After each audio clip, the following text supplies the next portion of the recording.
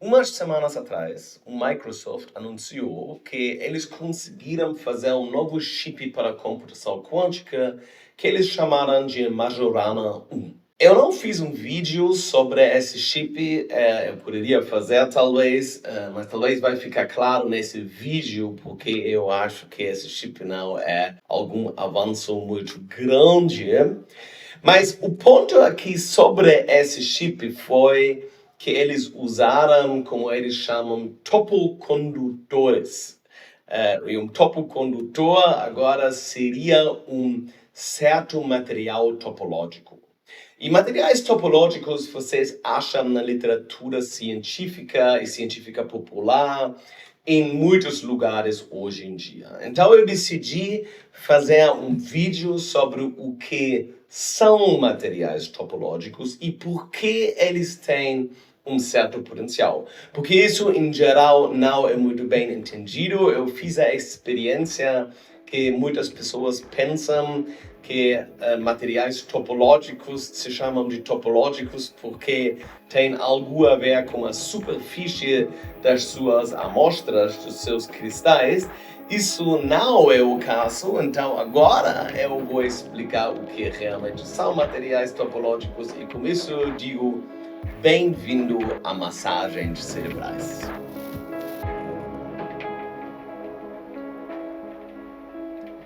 Vamos começar assim. Vocês provavelmente já escutaram algo de materiais topológicos. Se vocês olham nos jornais, nas partes da ciência, vocês vão achar isolantes topológicos mencionados várias vezes. Isso é um tipo de material topológico, ou semicondutores topológicos, ou supercondutores topológicos. E, mais recente, semimetais de Weil e semimetais de Dirac. Todos esses materiais são materiais topológicos, que têm propriedades diferentes. Por exemplo, isolantes topológicos, uma das propriedades deles é que eles são metálicos na superfície, mas dentro do cristal eles são isolantes. Significa que transporte elétrico só ocorre, pelo menos em teoria, sob as superfícies do cristal. Semicondutores topológicos são similares, semimetais topológicos não, é um pouco diferente. Supercondutores topológicos são supercondutores, mas nas bordas do seu cristal, da sua amostra, eles não são. E semimetais de Weil e Dirac são materiais um pouco mais complicados. O que importa aqui, tudo isso são materiais topológicos. Então, o que significa topológico exatamente nesse contexto? Nesse caso, o termo topologia se refere a um conceito da matemática. A topologia de um corpo não é o que vocês chamam de topologia, por exemplo, de uma paisagem. Em vez disso, a ideia é o seguinte: se você tem algum tipo de corpo e você consegue transferir esse corpo por deformação, só por deformação, você não pode quebrar nada, você não pode fazer buracos, você não pode colar partes dele juntos. Se você só deforma o corpo, esses dois corpos, o seu corpo inicial e o seu corpo final, eles têm a mesma topologia. Assim, um exemplo muito famoso é a xícara de café. Tem a mesma topologia como um touro ou um donut, como vocês conseguem ver aqui nessa imagem. Então, isso agora significa que tem essas topologias. Isso é a área da matemática, da topologia. E a gente conhece topologias diferentes. Por exemplo, muitas pessoas vão conhecer o fita de Möbius. O fita de Möbius é basicamente como você teria uma fita colado no fim, assim, mas em vez de ser colado direto, você torna uma vez por 180 graus. Isso é o que você consegue ver. E isso tem como consequência que agora essa fita aqui só tem uma superfície.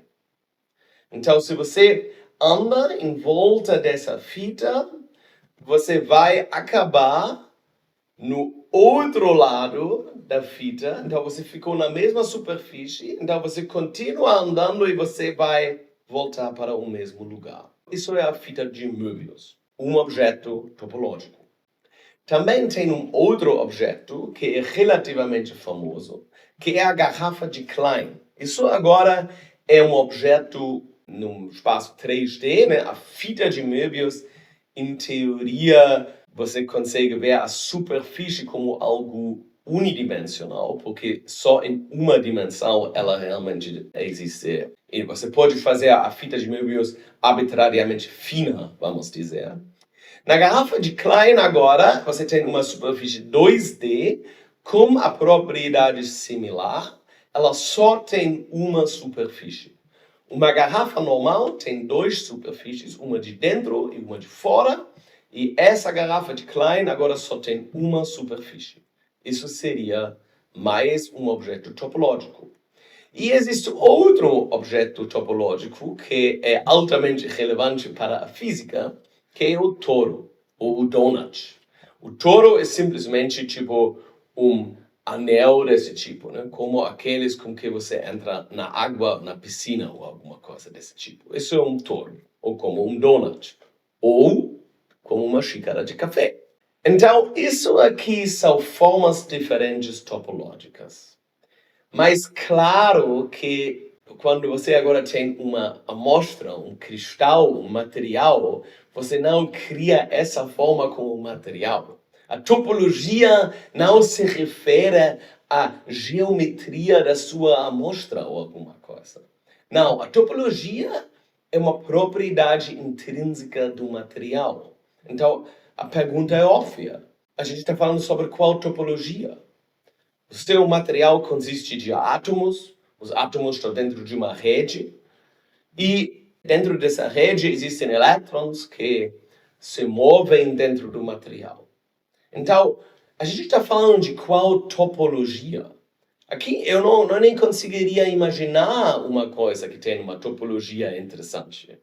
A rede cristalina, vou falar sobre ele em um segundo, qual topologia tem, mas com certeza aqui não parece como tem algo interessante. Mas lembrem bem que na mecânica quântica tudo tem uma função de onda. Então a topologia de que a gente está falando nesses materiais seria a topologia da função de onda dos elétrons dentro do seu material. E se isso não parece estranho para você, eu não sei o que parece estranho. Lembrem que a função de onda descreve mais ou menos qual é a probabilidade de encontrar uma certa partícula num certo estado. Por exemplo, imagina que você tem um elétron aqui no espaço, e quando o elétron está no estado quântico coerente, a função de onda agora vai ser aqui alguma nuvem. E a densidade dessa nuvem vai te dizer qual é a probabilidade que o elétron está lá quando você olha para o elétron. Assim funciona a mecânica quântica. Mas, de novo, uma nuvem não tem uma topologia muito interessante. Uma nuvem é uma nuvem e a topologia seria mais ou menos a topologia de uma esfera ou algo desse tipo. Mas dentro de cristais, dentro de materiais, topologia vira uma coisa um pouquinho diferente. Para isso, podemos olhar para uma rede cristalina, como aqui. Então, isso é o que define, em geral, um cristal, uma rede periódica. E se a gente olha para essa rede periódica, o fato que é periódico significa que podemos descrever essa rede como o que a gente chama célula de unidade. Ou, se você quiser, um azulejo, que sempre é repetido. Se eu quero agora fazer no meu banheiro um padrão que parece essa rede, eu posso comprar um azulejo com a forma aqui marcado azul. E se eu compro o suficiente deles, eu consigo reproduzir essa rede. Isso agora é a célula de unidade, ou a célula unitária. E mais você não precisa para descrever a sua rede.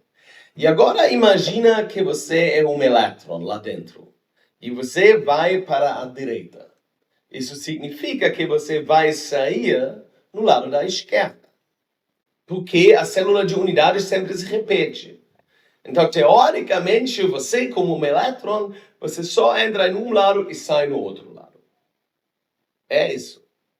Então, agora você pode se perguntar o que diz isso sobre a topologia dessa célula de unidade. Lembra que você pode fazer a mesma coisa que a gente fez agora, que era um elétron indo para a direita, com um elétron indo para cima. Nesse caso, o elétron sairia no lado de baixo. E o objeto que tem essa topologia seria um torus. Se você olha para esse torus e você vai como aqui esse caminho que é marcado por 2, você sempre vai sair de cima. Você entra baixo, vai em cima, assim. No mesmo tempo, isso é trivial, se você vai assim, você sempre vai em círculos também.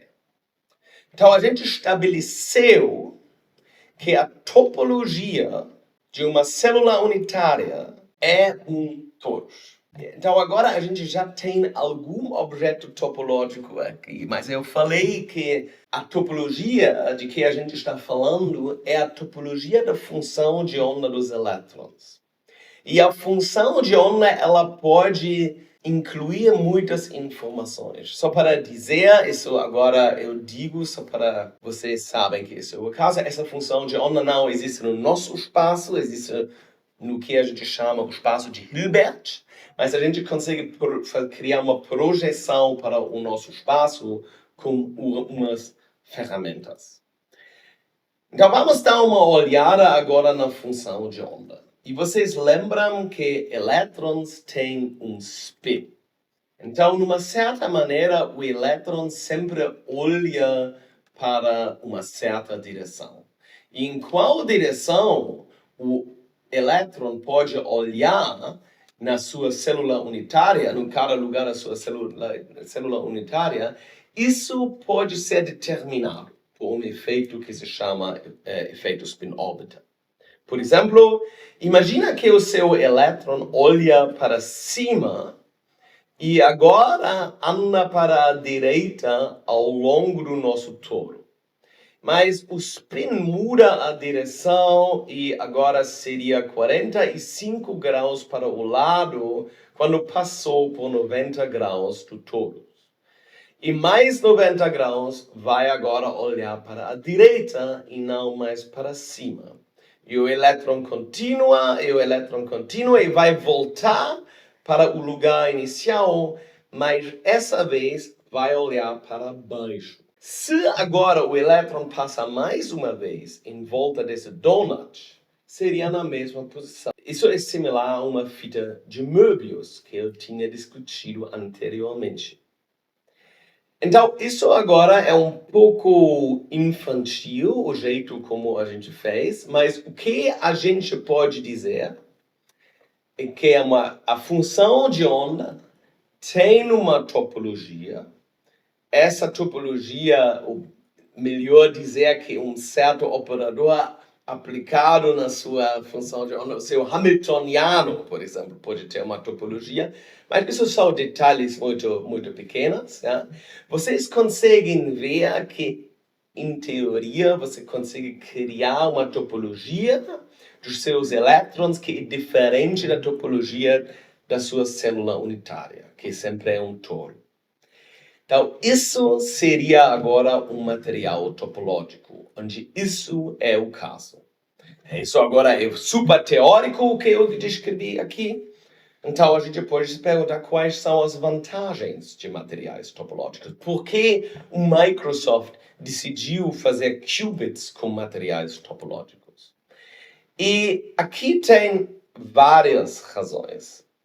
Eu vou começar assim, que existem materiais topológicos como já mencionado, inclusive aqueles de que Microsoft está falando, que tem esses estados de superfície.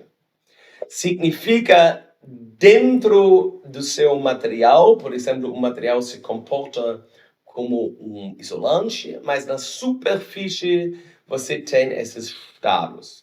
Às vezes você também tem estados com altas mobilidades dentro, em outros materiais, mas em geral isso é uma coisa que existe. O problema agora é que esses estados não são puros. Eu botei aqui questionável.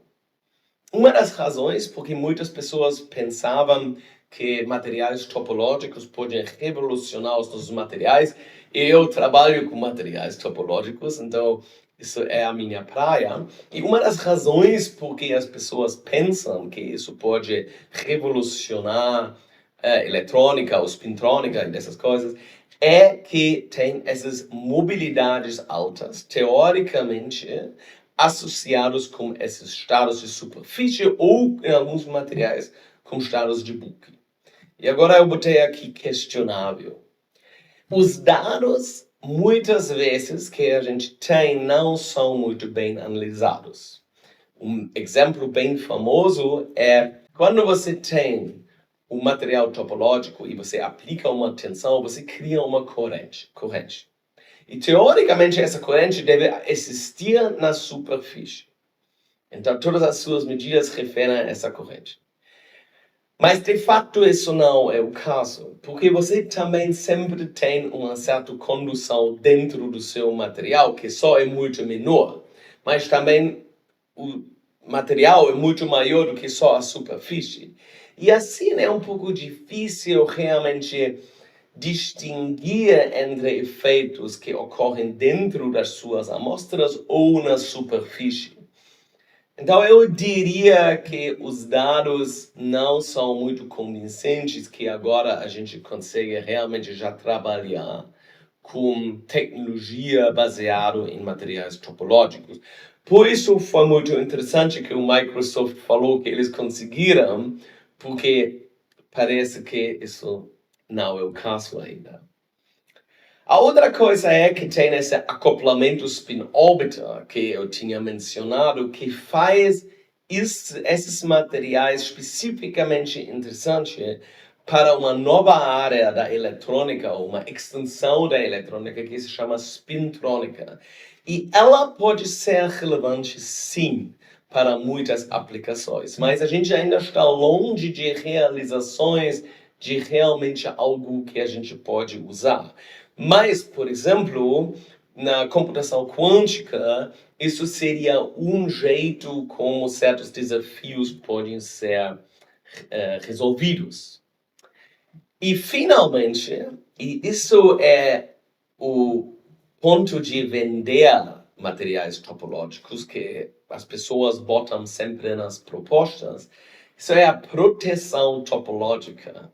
Estados topológicos são mais estáveis. E isso tem a ver com razões de matemática, geometria. Isso é bem lógico que isso é o caso. Né? E um bom exemplo para isso seriam, por exemplo, turbulências. Né? Se você tem turbulências completamente arbitrárias, isso aqui seria agora uma imagem feita com uma câmera de infravermelho, de alguma coisa quente que, por exemplo, sai da sua boca, pode ser ar que sai da sua boca. E isso é simplesmente um caos.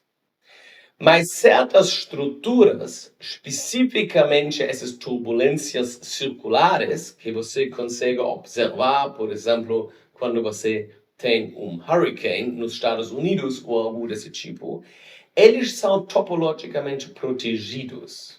Significa que não é fácil destruir essas correntes que você tem, essa forma, essa geometria de correntes. Então, isso significa, para materiais em geral, que, pelo menos em teoria, eles podem ter estados que são mais estáveis. E a gente sabe da eletrônica que você quer ter sistemas estáveis.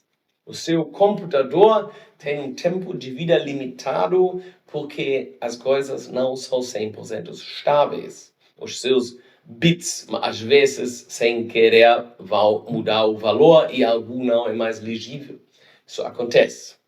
Então, a razão por que esses materiais topológicos criam tanta esperança para o futuro é que, em teoria, as propriedades podem ser mais estáveis contra distorções, contra sujeira, contra outras coisas. Mas vocês já conseguiram escutar na minha retórica que eu não acho necessariamente que tudo isso é tão fácil, não. Eu acho que, na verdade, ainda não está 100% claro se materiais topológicos realmente vão revolucionar o mundo. O que está claro é que pensar em topologia ajuda muito. Na física, a gente sempre tem ferramentas matemáticas que alguém cria. Essas são ferramentas matemáticas que foram principalmente criadas nos anos 80 e 90. E eles ajudam. É bom saber uma ou duas coisas sobre topologia, coisas bem simples, para conseguir trabalhar com esses materiais, para desenvolver uma intuição como esses materiais funcionam. Tá bom, então esse é o meu vídeo sobre materiais topológicos. Se você gosta de física e ciência e pensamento crítico, eu agradeço muito se você pode assinar pelo meu canal e dar um like para esse vídeo. E com isso eu digo até a próxima.